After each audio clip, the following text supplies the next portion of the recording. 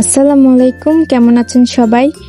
Dress shoes তো সব মেয়েরাই পছন্দ করে, কিন্তু ব্যাগের মধ্যে আছে সব মেয়েদের আলাদা একটা ইমোশন। ফার্স্টে এই ব্ল্যাক কালারের YSL এর ব্যাগটা খুবই সুন্দর। এটা ছোট বেল্ট আছে এবং কি লং বেল্টও আছে।